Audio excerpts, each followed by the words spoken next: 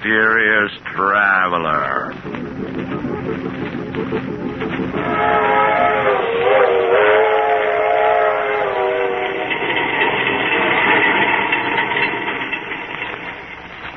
This is the mysterious traveler, inviting you to join me on another journey into the realm of the strange and the terrifying. I hope you will enjoy the trip, that it will thrill you a little and chill you a little. So settle back, get a good grip on your nerves, and be comfortable, if you can. Where are we going? We're going to join Charles Foster as he takes an excursion into crime. I call the story The Case of Charles Foster.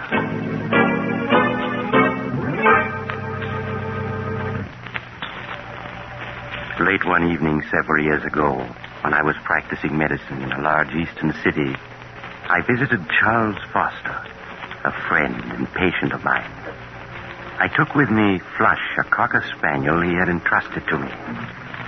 Hello, Doctor. Glad you were able to come. I see you brought Flush. Hello, Flush, old boy. He's missed you, Charles. I've missed him, too, Doctor. Been quite lonesome without him these past few months. Down, boy.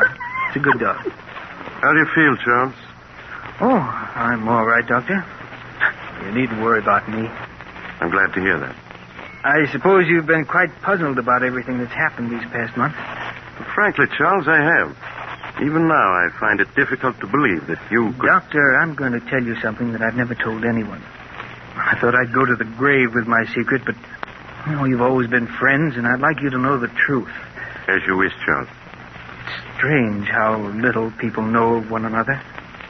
For 10 years, Agatha and I were married, and to the outside world, we were a happily married couple, but in the privacy of our home, I found life with Agatha a nightmare. I never would have guessed that. For 10 years, I stood her sharp tongue and constant nagging. I might have gone on taking it the rest of my life. Fate hadn't decreed otherwise. It was 3 years ago on a beautiful spring evening that fate stepped in to change the entire course of my life.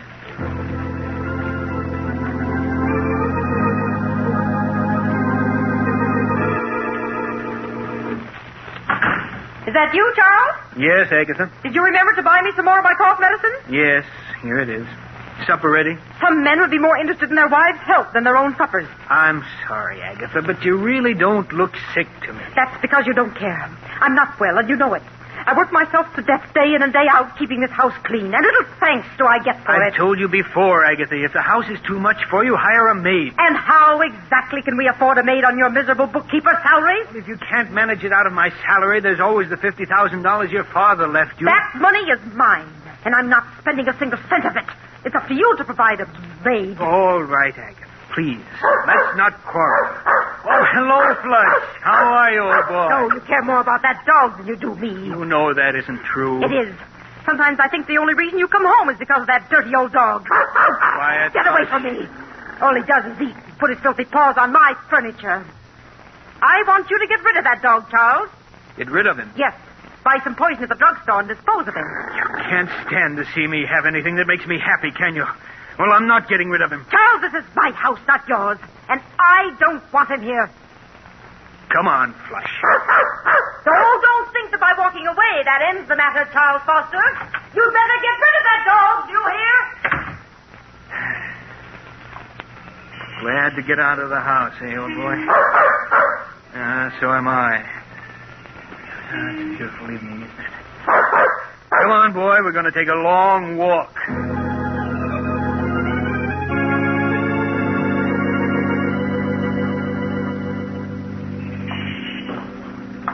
You want to turn around and go home now, Flush? No, neither do I. Pardon me, but aren't you Charles? Julia Sanders. Charles, I thought it was you. Oh, let me look at you. Oh, Julia, you haven't changed a bit. You're as lovely as... How long has it been since we last saw each other? 10 years, almost 11. Has it really been that long?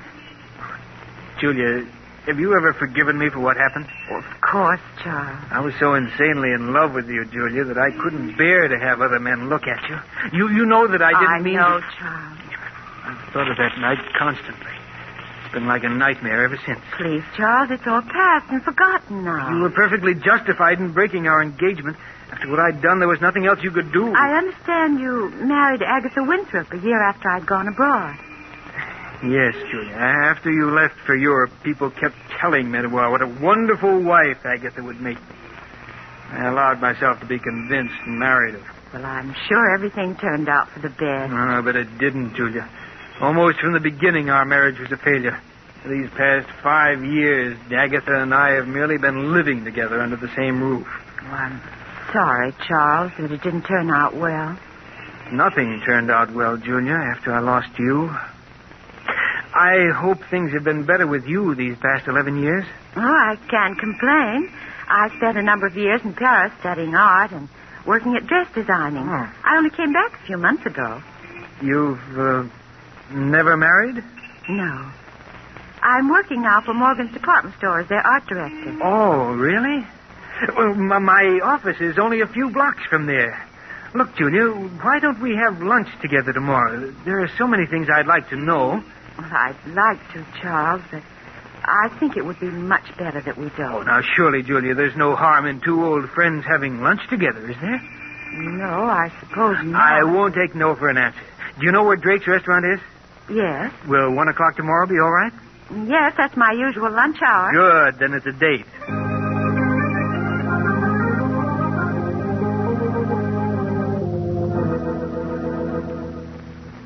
Strange, isn't it, Doctor?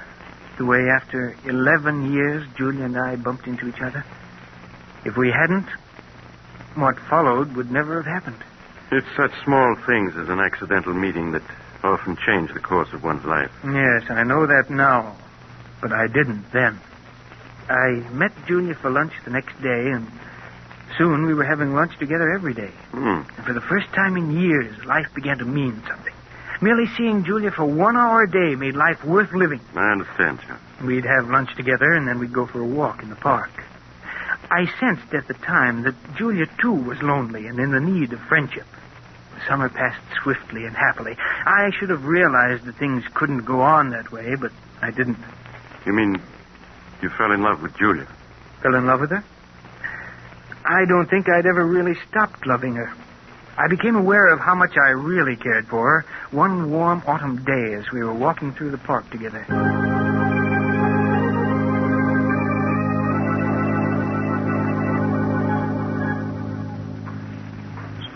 Julia? Yes, Charles? What about going to the theater with me tonight?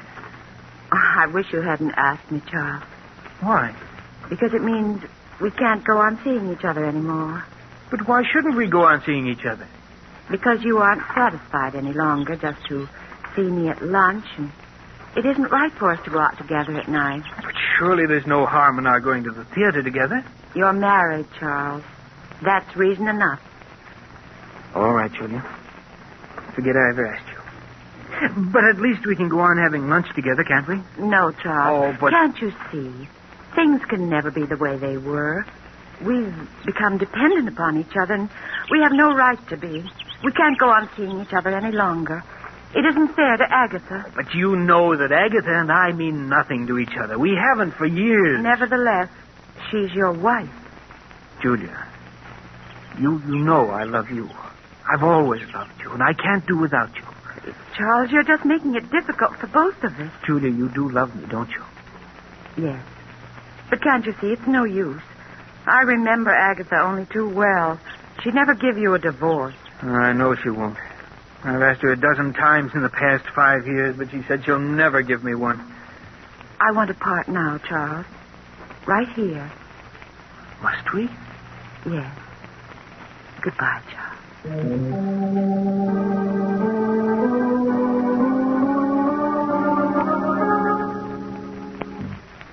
My life seemed to end that day, Doctor, with our parting.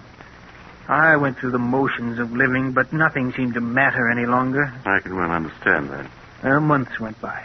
Every day after work, I stayed in town, unable to face an evening at home with Agatha. When I did arrive home late at night, she'd be waiting for me. Is that you, Charles? Yes, Agatha. Sorry if I woke you. No lot you care. Coming in night after night at all hours, leaving me alone in this big house. Oh, don't think I don't know what you're up to. I know you're kind, Charles Foster. You better go to sleep, Agatha. A fine chance I have to sleep with you putting on the bathroom light. You know I can't sleep when that light's on. Take me a minute to brush my teeth, then I'll turn off the light. Agatha, Well, what is it now? what's this bottle of Prussic acid doing in the medicine chest? That's a deadly poison. I know that. I got it from Mrs. Smedley, the druggist's wife. She used it to get rid of an old cat they had. When I told her about Flush, she said it was a thing... What's that about Flush? I said Mrs. Smedley gave me that bottle of prussic acid so I could get rid of Flush. I'm going to put him out of his misery tomorrow. You'll do no such thing, do you hear? If you so much as lay a hand on Flush, I'll kill you. I'll kill you, do you understand? Yes, Charles. You get rid of that poison tomorrow. Let's have no more talk of putting Flush out of his misery.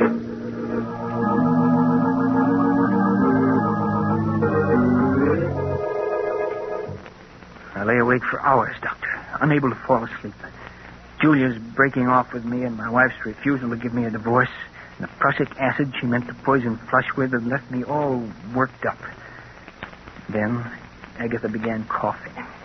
That cough she'd cultivated for years to give people the impression that she was an invalid. Well, after she'd coughed her usual 5 minutes or so, she got out of bed and started for the bathroom where she kept her cough medicine. Oh, that's that chair. Why don't you turn on the light so you can see where you're going? I can see perfectly well where I'm going. Besides, on your salary, we can't afford to waste electricity. I knew there wasn't any use in saying anything more. For years, Agatha had gotten up every night and groped her way to the medicine chest where her cough medicine was. Nothing could make her change her habits. I lay in bed listening as she opened the medicine chest and fumbled in the corner where she always kept the bottle. As I heard her groping for her medicine, I suddenly thought of the bottle that was standing next to it. The bottle of prussic acid. Without thinking, it came to mind. If only she'd take the prussic acid instead of the cough medicine. If she did, I would be free. Free of her constant nagging and whining. Free to see Julia. Then I knew it was useless to hope for such a mistake to happen. Agatha's cough medicine always stood in the same corner of the medicine chest. Even in the dark, she'd never take the bottle of prussic acid. And then it came to me. What if the bottles were to be switched?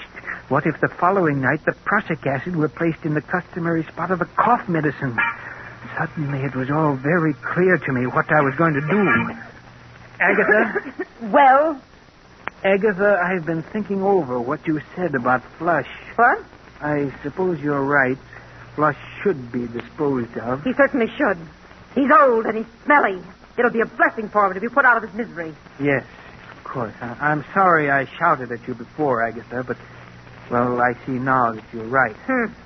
When are you going to do it? Oh, we'll wait until Saturday. And none too soon, either. You're sure the prussic acid won't make him suffer? Nonsense. Of course it won't. Mrs. Smedley said nothing works faster than prussic acid. Oh, you told her what it was for. That's fine. Very well, Agatha. Just leave everything to me.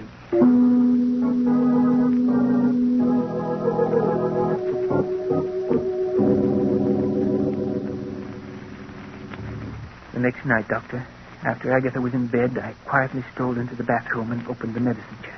I compared the bottle of cough medicine with that of the prussic acid. They were both small bottles, almost identical in size. I removed the cough medicine from where it stood in the corner of the chest and replaced it with the poison. Then I went to bed and waited impatiently for Agatha to start coughing.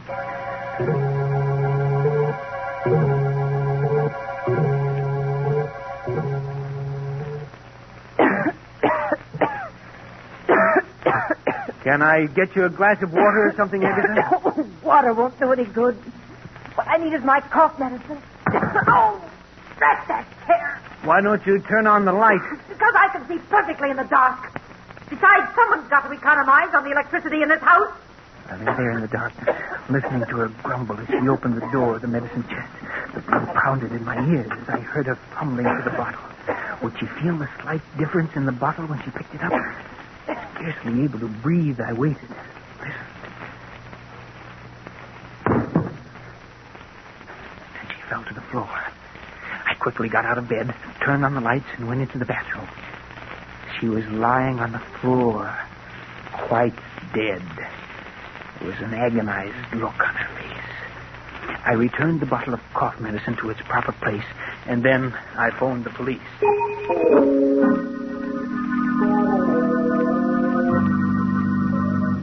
Now, you say, Mr. Foster, that your wife was in the habit of going every night to the medicine chest for a few drops of her cough medicine. Yes, that's right. And she never turned on the lights when she went to the medicine chest. Oh, no, sir. Wasn't that a bit unusual? Well, I always used to tell her to turn on the lights, but she said it was a waste of electricity. I see. And you say your wife... It was her who placed the bottle of prussic acid in the medicine chest next to her cough medicine, eh? Yes, sir. I'd never touched the bottle of prussic acid. You see, it was my wife who procured it, and she... Yes, Mr. Smedley, the druggist, has testified that his wife gave it to your wife. Mr. Foster, are you familiar with the contents of your wife's will dated 10 years ago? Yes, I am. Then you know, of course, that your wife left her entire estate to the Home for the Aged. Home for the aged? Oh, yes.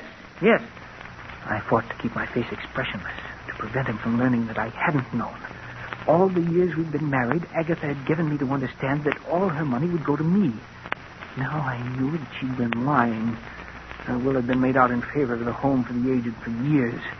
I began to feel angry at the way she'd cheated me. But a moment later, I was grateful that she had. Frankly, Mr. Foster, your wife's death occurred under very suspicious circumstances, to say the least. For years, she'd gone to the medicine chest every night without mishap. And yet, on the second night that there was a bottle of prussic acid in the chest, she met her death. Were it not for the fact that your wife had left her entire estate to the Home for the Aged, I might be inclined to go further with this investigation. As it is, I'll instruct the coroner's jury to bring in a verdict of death through accident. That's all, Mr. Foster.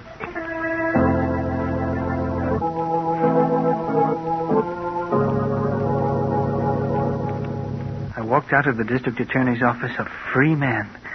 A few days later, I moved out of the house which had been Agatha's and took up quarters elsewhere. 6 long and uneventful months passed. I made no effort to contact Julia for fear that the police might still have their suspicions, and then I could stand it no longer. I called on her. Charles, when I was told you were waiting to see me, I could hardly believe it. I'm so glad to see you again. Thank you, Julia. It's good to see you again, too. Charles, you don't look well at all. These past few months have been something of a strain, Julia, but I'm all right now. I was tempted so many times to get in touch with you. Then I thought perhaps you didn't want to see anyone. Well, I did want to see you, Julia, but I was afraid it wouldn't look right. I understand, Charles. Now, let's not say anything more of the past. Only the present and the future. Julia, do you think we might try to pick up where we left off last autumn? We can try, Charles.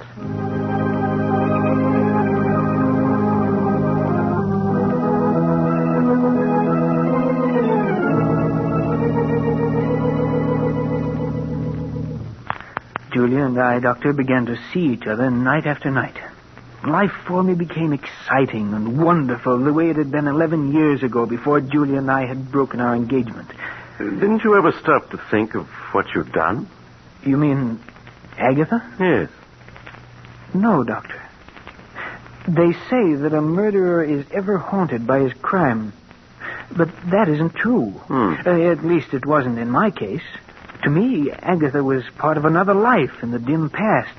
I rarely thought of the past, only the present and the future.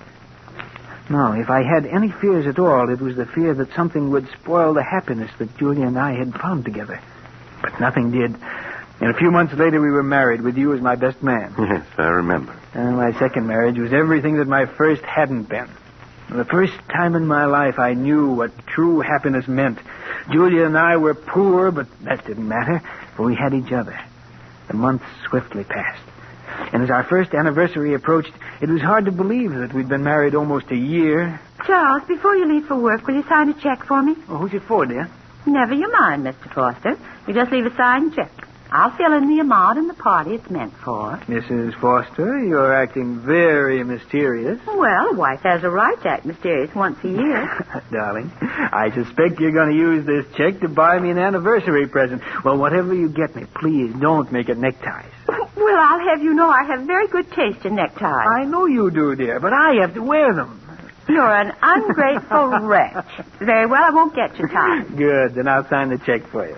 And please bear in mind that you can't make this check out for more than $312.50. That's all we have in the bank. Oh, I'll leave you at least a 50 cents. You better leave a good deal more. We won't be going up to Lake Ellis. Charles, are we going up to Lake Ellis? Oh, it slipped out. And I meant it as an anniversary surprise. Oh, Charles, that's wonderful. When are we going? This Friday afternoon. I've rented a cabin and a small motorboat on Lake Ellis for the weekend. Oh, darling, what an exciting surprise. Charles, you're sure it won't be too expensive? Why, nothing can be too expensive for our first anniversary. Oh, darling, I've never been so happy.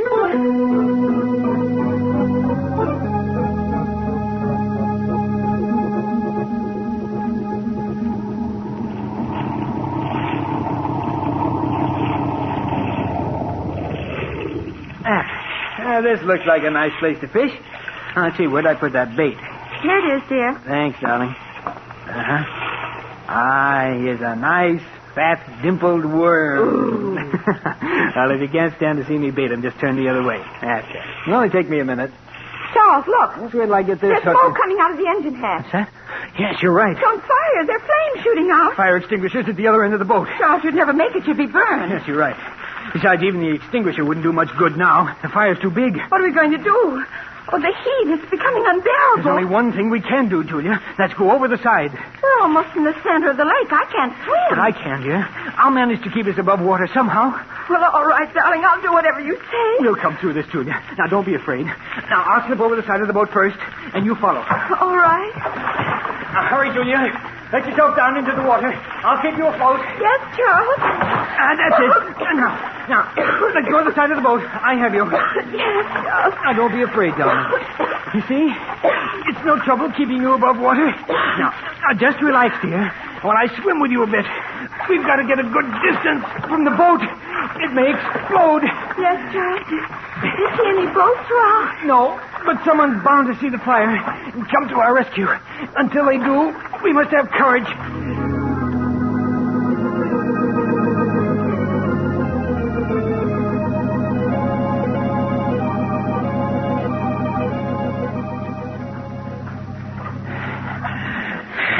You're tired, aren't you, Charles? No, don't worry, dear. I can keep us afloat for a long time yet. Oh, why doesn't someone come to our rescue? They will. Someone must surely have seen that boat burning. But Charles, we've been in the water so long. Oh, it just seems long, darling. It can't be more than 10 minutes. 10 minutes? It feels more like... Charles! I've got you, Julia. Just for a moment, you slipped away from me. Oh, darling, it's no use. I'm just a millstone around your neck. What are you saying? Why should we both drown? Charles, save yourself. Save myself? Yes. I want you to let go of me. Let go of you? No, never. Yes, you must. You're too tired to keep me. No, darling. Either we're both saved or we're both drowned. No, I won't have you throw your life away. Let go. Julia, stop trying to break loose. Julia, darling, don't. I can't live without you. Julia, stop struggling. Julia!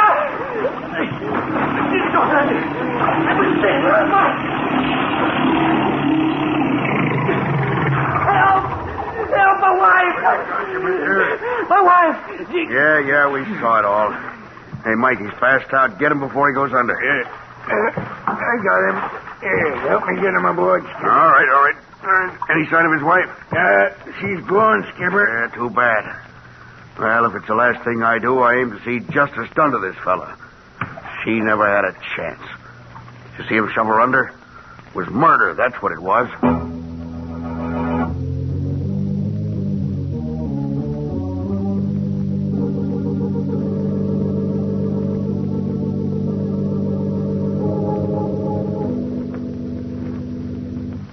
Now, Mr. Foster, both of the men who rescued you claim that as they approached you and your late wife in their boat, they saw you struggling with her.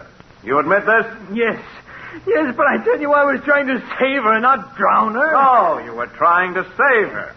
But both the witnesses testified they saw you push her head under. Oh, they're wrong. I wasn't pushing her under. I was trying to bring her to the surface. You must believe me. Oh, Mr. Foster. You maintain that you were rescuing your wife, not drowning her. Yes. Is it true, Mr. Foster, that you were engaged to your wife 11 years ago and that she broke the engagement? Yes, that's true. Would you mind telling the jury why she broke the engagement? We had a misunderstanding. A misunderstanding? Do you call shooting the woman you're engaged to just a misunderstanding? No. You must let me explain. It's true that 11 years ago I did shoot Julia, but I've been drinking. I didn't know what I was doing. Mr. Foster, you do admit shooting and wounding her? Yes. Have you ever seen this before? Why, yes. That's the insurance policy I took out for Julia and myself. Exactly. And when was this policy taken out? Well, about a month ago. June 15th, to be exact. And what's the value of this policy, Mr. Foster? Well, if either my wife or myself died, it provided $10,000 for the survivor. Yes, Mr. Foster. If either you or your wife died a natural death, it provided $10,000 to the survivor. But there's also a double indemnity clause in this policy, isn't there? Yes, but One that provides you with $20,000 if your wife died an accidental death, such as drowning. That's true, but I swear I didn't drown my wife. I tell you, I was trying to save her. Save her, not drown her. You must believe me. You must.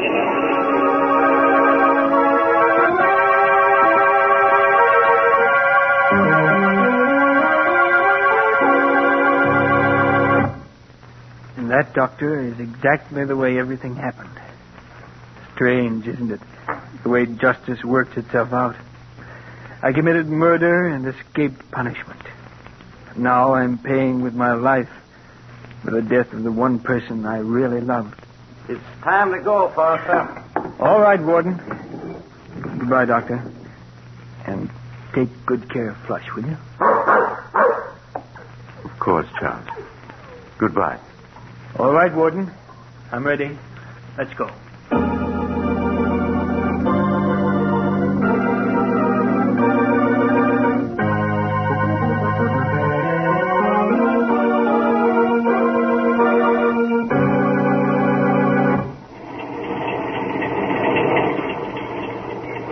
This is the mysterious traveler again.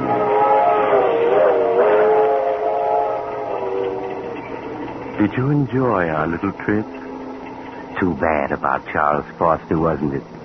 As he was strapped into the electric chair, there was an ironic smile on his lips. For he was being executed for something he had not done. But as Charles himself said, justice has a strange way of working itself out. I knew another man once who thought it would be a simple thing to dispose of his wife. Unfortunately, he... Oh, you're getting off here? I'm sorry. But perhaps we'll meet again soon. I take this same train every week at this time.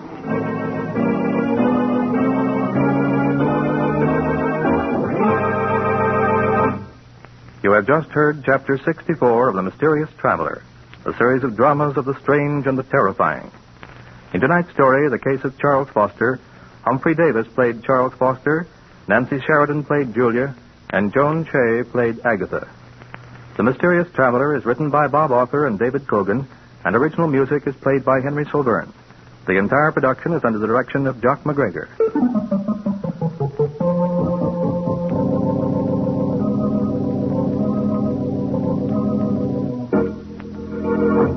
Listen next week to a tale titled Blood Money. Another tale of the Mysterious Traveler.